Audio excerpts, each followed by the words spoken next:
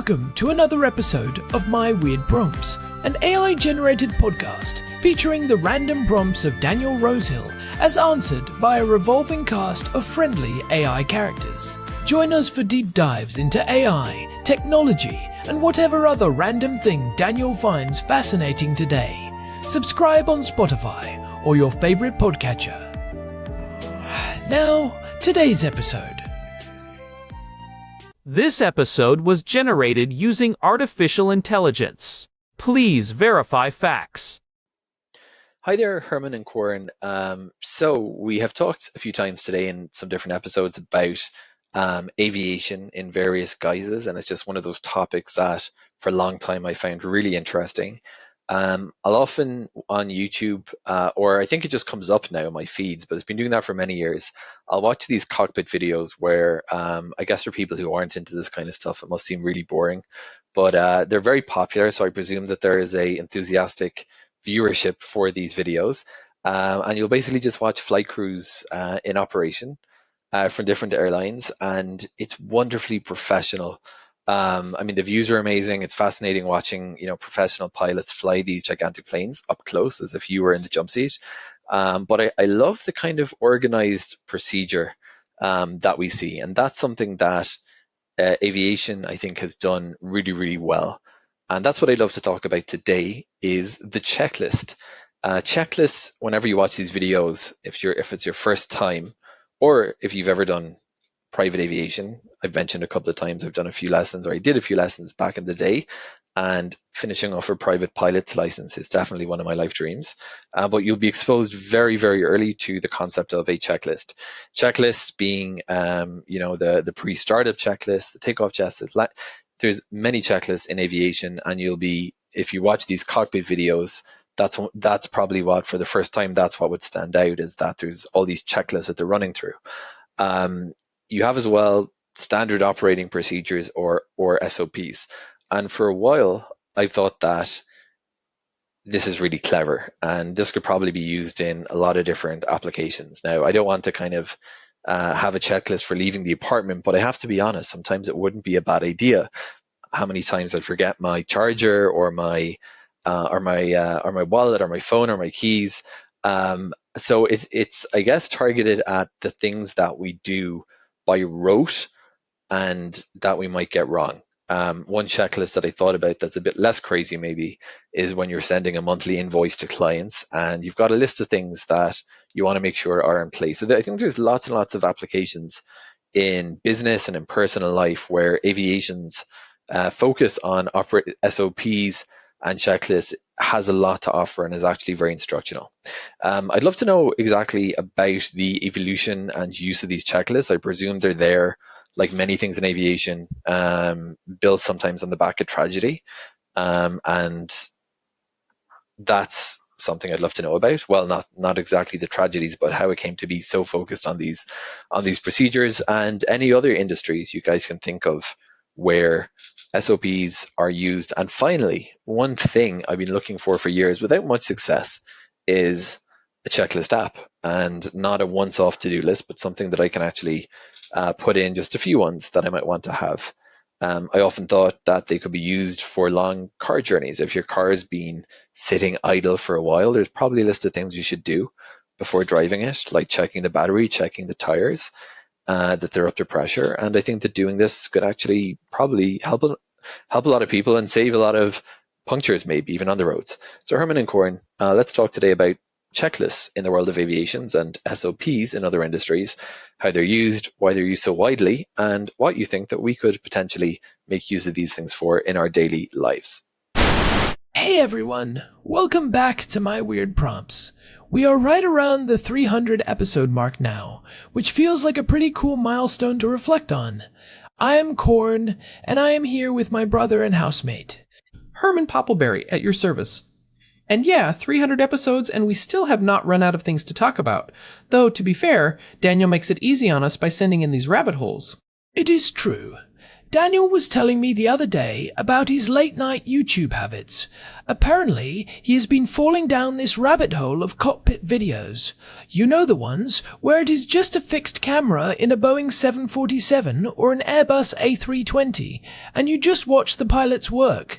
Oh, those are mesmerizing. It is almost like a form of industrial ASMR. The clicking of the switches, the very calm, measured communication. It is a masterclass in professional composure. Exactly. And Daniel noticed something that really struck him. No matter how experienced these pilots are, with thousands of flight hours, they never just wing it. They are constantly referencing these little books or tablets. They are running through checklists and standard operating procedures for every single phase of the flight, from the moment they step into the cockpit to the moment they shut down the engines at the gate. It is the ultimate expression of humility in the face of complexity. And Daniel's prompt today is basically asking, why do we not do this for everything? If it works for a 200-ton aircraft, why are we not using SOPs for our monthly invoicing, our car maintenance, or even just our morning routines? He wants to know about the history of these procedures in aviation, where else they are being used, and if there are any tools that actually help us manage recurring checklists rather than just one-off to-do items. I love this because it touches on a fundamental human limitation. We think we're better at remembering things than we actually are. We equate intelligence with memory, but in high-stakes environments, that is a dangerous mistake. Herman, I know you have looked into the history of this. The aviation checklist actually has a very specific and somewhat tragic origin story, right? It does. It goes back to October 30th, 1935. The United States Army Air Corps was holding a competition for a new long-range bomber. Boeing had developed the Model 299. It was this incredible four-engine beast. It was faster and could carry more than anything else at the time. Everyone called it the Flying Fortress. It was the clear favorite to win the contract. Right. I remember reading about this. It was basically the most advanced piece of technology in the world at that moment. Exactly. So, they take it up for a demonstration flight at Wright Field in Ohio. The pilot was Major Ployer Peter Hill, the chief of the flying branch and one of the most experienced test pilots in the Army. He had Boeing's chief test pilot Leslie Tower right there with him.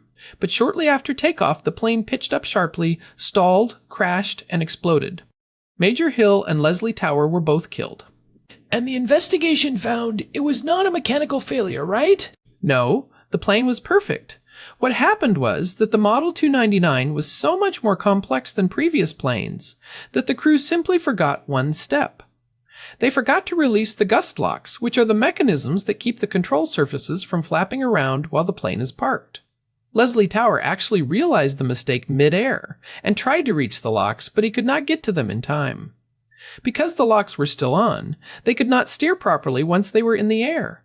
It is crazy to think that a pilot with that much experience could forget something so basic. That was exactly the takeaway. The newspapers at the time literally wrote that the plane was too much airplane for one man to fly. They thought it was too complex for human cognition. But instead of giving up on the plane, a group of test pilots came together and created something revolutionary. They did not suggest more training. They did not suggest a more intelligent pilot. They created a simple pilot's checklist. Just a small card with the essential steps for takeoff, flight, and landing. And that changed everything. It did. With the checklist, the Army went on to fly the Flying Fortress for 18 million miles without a single accident attributed to that specific type of error. It proved that the solution to complexity is not more brain power. It is a system that offloads the memory requirement from the brain to the page. It is fascinating because it is a shift from the hero model to the process model. We want to believe in the expert who just knows what to do. But the reality of the 21st century is that systems are too complex for the hero model to be reliable. Exactly. And that brings us to the broader world of standard operating procedures, or SOPs. An SOP is basically a set of step-by-step instructions compiled by an organization to help workers carry out complex routine operations. The goal is efficiency, quality output, and uniformity of performance. I think people often hear SOP and they think of red tape or bureaucracy. They think it is something that stifles creativity. But if you look at industries where the stakes are high, like medicine, the SOP is what actually enables the experts to focus their creativity where it matters. Herman, you have mentioned Atul Gawande's work before. Yes, the Checklist Manifesto. Gawande is a surgeon who looked at the aviation model and wondered why hospitals were not doing the same thing. He worked with the World Health Organization to implement a simple 19-item surgical safety checklist in 8 very different hospitals around the world, from Seattle and London to New Delhi and Ifakara, Tanzania. And the results were staggering. They were. In those 8 hospitals, major complications dropped by 36% and deaths fell by 47%. Just from a piece of paper that made everyone in the room stop for a quote-unquote timeout to confirm the patient's name, the site of the surgery, and whether they had all the right equipment. It is interesting that the biggest hurdle to implementing that was not the cost or the complexity. It was the ego of the doctors. They felt like they did not need a list. That is the psychological barrier we all face. We feel like we are too smart for a checklist. But as Gawande points out, we have 2 types of failure. There is failure of ignorance, where we do not know how to do something. And then there is failure of ineptitude, where we know how to do it, but we fail to apply that knowledge correctly. Checklists solve for ineptitude. So let us bring this down to the level Daniel was asking about. Business and personal life. I think about my own workflow for this podcast. We have a routine for how we prep, how we record, how we handle the files afterward. Before we had a formal process, I cannot tell you how many times I forgot to hit the backup recorder or forgot to check the gain levels on your microphone, Herman. Oh, I remember. We would be 20 minutes into a great deep dive and then realized we were recording on the laptop's built-in mic instead of the high-end gear. Exactly. Now, we have a literal checklist on the wall. It takes 30 seconds to run through, but it saves us hours of frustration. And Daniel mentioned monthly invoicing. That is a perfect example of a recurring task that is just complex enough to be annoying, but routine enough that you think you can do it from memory. Invoicing is a classic SOP candidate. You have to verify the hours, check the contract rate, ensure the tax calculations are correct for that specific jurisdiction, attach the receipts, and send it to the right contact person. If you miss one of those, the invoice gets rejected and your cash flow is delayed by 2 weeks. And then there is the car maintenance example. Most people just wait for a light to turn on the dashboard. But if you have an SOP for a monthly car check, checking the tire pressure, the oil level, the coolant, the wiper fluid, you prevent the light from ever coming on in the first place. You are moving from reactive maintenance to proactive maintenance. I think the key for personal life is distinguishing between a to-do list and a checklist. A to-do list is a list of things you want to accomplish today. It is ephemeral. Once you do it, you cross it off and it is gone. A checklist or an SOP is a repeatable process. It is something you do every time a certain trigger occurs. That is the distinction Daniel was looking for in terms of apps. Most apps are built for to-do lists. You create a task, you check it, it disappears. But if you want a recurring procedure, you need something that resets or generates a new instance of that list every time. Right. There are a few different ways to approach this. If you are looking at the professional or business side, there are tools specifically designed for SOPs. One that is very popular in the tech and business world is called Process Street. By now, they have actually integrated a lot of AI features where you can just describe a process, and it will draft the SOP for you with conditional logic. For example, if the invoice is over $5,000, it automatically adds a step to get manager approval. That sounds like it could get complicated to set up, but once it is there, it is like having a co-pilot. Exactly. Another one for business is called Manifestly, or just Manifest.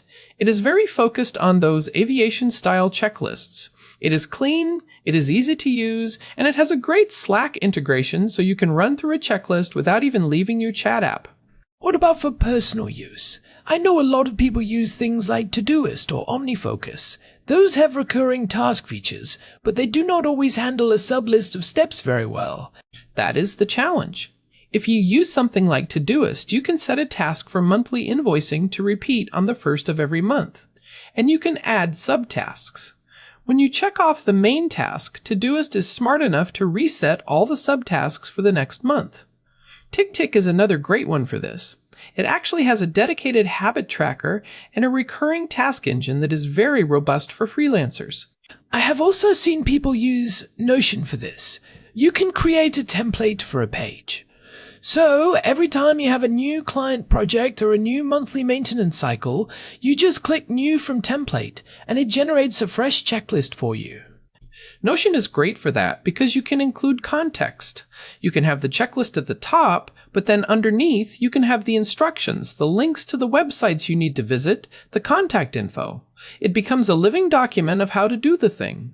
I want to go back to the idea of why this is so effective. We talked about cognitive offloading. In psychology, there is this concept of the Zeigarnik effect. It is the idea that our brains hold on to unfinished tasks, which creates a kind of background mental noise or anxiety. Right? It is like having too many tabs open in your browser. It slows down the processor. Exactly. When you have a solid SOP, you are essentially closing those tabs. You do not have to worry about whether you remembered the oil change or the tax filing, because the system will tell you when it is time, and exactly how to do it. You are freeing up that mental energy for actual thinking, rather than just remembering. There is also the aspect of continuous improvement. In aviation, they call it the black box thinking. Every time something goes wrong, or even just slightly off, they look at the checklist and ask, how can we change the procedure to make sure this never happens again? This reminds me of what we discussed back in episode 207, when we were talking about computer use agents. We talked about how we're moving toward a world where AI can actually execute these SOPs for us. But for the AI to do it, the human first has to define the process. That is a crucial point. You cannot automate chaos. If you do not have a standard procedure, an AI agent is just going to make mistakes faster than you can. Building an SOP is the first step toward automation. It is about documenting the logic of your life or your business. I think a lot of people resist this because they think it makes life boring. They think it turns them into a robot. But I find the opposite is true. When I have my routine tasks locked down with a checklist, I feel more free. I am not constantly checking my mental list. I can be more present in whatever I am actually doing. It is the paradox of structure. Structure creates freedom. If you know exactly how you are going to handle your administrative work on Monday morning, you do not have to spend all Sunday evening dreading it or trying to remember what you need to do. Let us talk about some of the common mistakes people make when they start creating these procedures. I know for me, the biggest mistake is making them too long. If a checklist has 50 items, I'm going to start skipping things. That is a classic trap. In aviation, they distinguish between a normal checklist and an emergency checklist. A normal checklist is usually just the critical items. It is not every single thing you do. It is the things that, if you miss them, something bad happens. So, it is the pause and check model rather than the read and do model. Exactly. In a read and do, you read the instruction, do it, then read the next one. That is good for things you rarely do, like assembling furniture. But for routine tasks, you want to do and check. You do the task from memory, and then you pause at a specific point to run through the checklist and make sure you did not miss anything. It is much faster and less intrusive. That is a huge distinction. If I am doing my monthly invoicing, I know how to do it. I do not need a manual. But at the end, I need a 5-item checklist to make sure the invoice number is updated, the date is correct, and the attachment is actually there. Exactly. Another mistake is not updating the procedure. A standard operating procedure should be a living document. If you find a faster way to do something, or if the software update changes the layout of a website you use, you need to update the SOP immediately. Otherwise, the system breaks down because you stop trusting the list. It is also important to consider the environment where you are using these. Daniel mentioned car maintenance. If you are out in the garage, you probably do not want to be fumbling with a complex app on your phone with greasy hands. Maybe for that, a physical laminated sheet on the wall is actually better. Low tech is often the best tech for SOPs. There is a reason pilots still have physical cards in the cockpit, even with all those digital displays. If the power goes out or the screen freezes, you still need to know how to land the plane. I wonder about the application of this in social or creative contexts. Do you think there is such a thing as an SOP for, say, hosting a dinner party? It sounds cold, but absolutely. Think about it. Most of the stress of hosting is the timing. Making sure the appetizers are out when people arrive, The main course is ready at the right time, and you are not stuck in the kitchen for 3 hours. If you have a timeline and a checklist, you can actually enjoy your guests. It is basically what professional event planners do. They have a run of show. They have a checklist for every vendor and every transition. They are not leaving it to chance. And if you apply that to your own life, you are basically becoming the professional event planner of your own existence. It is about taking the things that cause stress and turning them into a predictable process. I want to touch on what Daniel asked about recurring apps again. We mentioned Todoist and Notion. There is also a dedicated app called checklist.com. It is very simple, but it is built entirely around the idea of reusable checklists. You can create a library of procedures and then launch an instance of one whenever you need it. That is great for things like travel packing. You have your standard list for a weekend trip, a beach trip, a business trip. You do not want to recreate that every time. You just launch the template, check the items as they go into the suitcase, and then clear the list for next time. I actually used a checklist for our trip to the Galilee last month. I always used to forget my contact lens solution. Every single time. I would have to find a pharmacy in a strange town at 10 o'clock at night. This time, I put it on a recurring packing list. I felt like a genius when I opened my bag and it was just there. It is a small victory, but those small victories add up. They reduce the friction of life. So, if someone is listening to this and they are convinced, where should they start? You do not want to try to create an SOP for your entire life in one weekend. No, that is a recipe for burnout. I would say, look for the one thing that you do at least once a month that consistently causes you a little bit of anxiety or where you frequently make a small mistake. Like the invoicing Daniel mentioned. Exactly. Or your household budget, or even just your deep cleaning routine. Start with one, write down the steps as you are doing it. Do not try to imagine them, actually do the task and record every step. Then, the next time you do that task, use your list. You will immediately find things you missed or things that are unclear. Refine it. And once that one is working, then you can add another. It is about building a library of your own personal best practices. I think there is also a real value in sharing these. In a business context, this is how you onboard new people. But even in a household, if everyone knows the SOP for, say, closing up the house at night or handling a minor plumbing emergency, things run so much smoother. We actually have that in our house in Jerusalem. We have a shared note that explains how the water heater timer works and where the main shut-off valve is for the water. It sounds basic, but when there is a leak at 2 a.m, you do not want to be guessing. That is a perfect example of a high-stakes, low-frequency SOP. You almost never need it, but when you do, you need it to be perfect and accessible.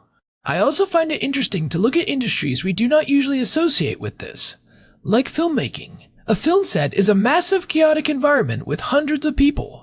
But it runs on very strict SOPs. The way they call out a take, the way the camera assistant marks the slate, the way the sound mixer logs the files. If they did not have those procedures, it would be impossible to edit the movie later. It is the same in high-end kitchens. The mise en place is essentially a physical SOP. Everything in its place, a standard way of prepping every ingredient. It is what allows a chef to produce 100 identical high-quality meals in a single night. It really comes back to that idea that the more you standardize the routine, the more you can excel at the unique. The chef can focus on the flavor because the prep is standardized. The pilot can focus on the weather and the navigation because the engine start is standardized. And for us, we can focus on the deep dive discussion because the recording process is standardized. Exactly. It is about identifying the parts of your life that are essentially mechanical and treating them as such. One thing I want to mention, which is a bit more technical, is the role of checklists in cybersecurity. We've talked about this in passing before, but most security breaches are not the result of some genius hacker. They are the result of someone forgetting to apply a patch or leaving a default password in place. Right. It is a failure of ineptitude, not ignorance. Precisely. That is why the most secure organizations use automated SOPs. They use scripts that run every night to check for those common errors. They have essentially turned the checklist into code. Which brings us back to the future of these procedures. As we get more integrated with digital assistants and AI agents, our personal SOPs are going to become the instructions for our digital proxies. I can imagine a world where I just say to my assistant, run the monthly invoicing procedure, and it knows exactly which files to look at, which clients to contact, and it just pings me at the end to say, all done, do you want to review the drafts? But it can only do that if you have done the work of defining what that procedure is. You have to be the architect of your own systems. That is the takeaway. Be the architect, not just the laborer. Use your brain for the high-level design, and use a checklist for the repetitive execution. Well, I think we've covered a lot of ground here, from the tragic crash of the Flying Fortress to the peace of mind of a well-packed suitcase. It is a powerful tool, and it is basically free. It just requires a little bit of humility and a little bit of discipline. I think I'm going to go audit my own invoicing process after this. I am pretty sure I am still doing it in a way that is more stressful than it needs to be. I will help you with that. We can make it a house SOP. Deal. And hey, if you are listening to this and you have a weirdly specific SOP that has changed your life, we would love to hear about it. You can get in touch through the contact form at myweirdprompts.com. And if you are finding the show helpful, please consider leaving us a review on your podcast app or a rating on Spotify. It genuinely helps other people find these rabbit holes. It really does. We appreciate all of you who have been with us through these 300 plus episodes. It has been an incredible journey so far. Thanks to Daniel for the prompt. It is always fun to look at the systems behind the scenes. Definitely. This has been My Weird Prompts. You can find us on Spotify and at our website, myweirdprompts.com. I am Corn. And I am Herman Poppleberry. We will see you next time. Until then, keep those checklists handy. Goodbye, everyone. This episode was generated using Gemini Flash 3. Text-to-speech engine was Chatterbox Turbo. Thanks for listening to another episode of My Weird Prompts, an AI-generated podcast featuring Daniel Rosehill's AI prompts, as answered by a revolving cast of friendly AI characters including me, Cornelius the Sloth. Subscribe on Spotify or visit myweirdprompts.com.